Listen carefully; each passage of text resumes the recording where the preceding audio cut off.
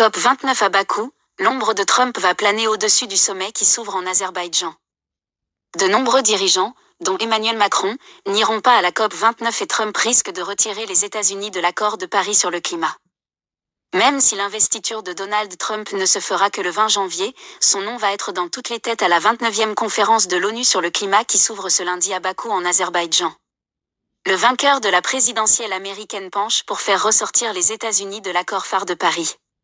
Il ne faudra en effet qu'une signature à Donald Trump, à son entrée à la Maison-Blanche, pour rejoindre l'Iran, le Yémen et la Libye hors du texte adopté par les pays du monde entier en 2015.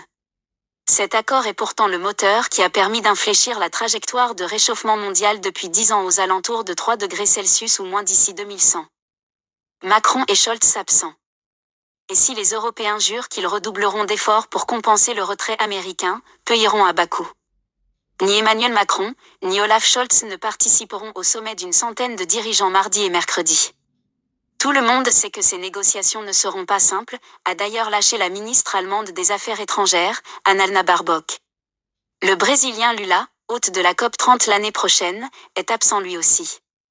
Le Colombien Gustavo Petro a annulé en raison d'inondations dans son pays, et le Premier ministre néerlandais après les violences contre des citoyens israéliens à Amsterdam. Mais les talibans ont envoyé une délégation. Environ 51 000 participants sont accrédités, selon l'ONU Climat, moins que lors de la COP 28 de Dubaï l'an dernier. Nombre d'ONG critiquent par ailleurs la tenue de la conférence dans un pays qui célèbre le pétrole, et où les autorités ont arrêté plusieurs militants environnementaux. Pas de consensus sur les fonds à débloquer. L'accord de Paris engage le monde à limiter à 2 degrés Celsius le réchauffement et à poursuivre les efforts pour le contenir à 1,5 degrés Celsius, par rapport à la fin du XIXe siècle. L'année 2024, diluvienne pour de nombreux pays, sera quasi certainement à ce niveau. L'Ougandais Adonia Aibar, président d'un bloc de négociation appelé G77 plus Chine, qui regroupe les pays en développement, prévient que les négociations de 2 semaines seront difficiles sur l'enjeu premier de cette COP. À combien de milliards d'aides climatiques les pays riches voudront-ils bien s'engager ?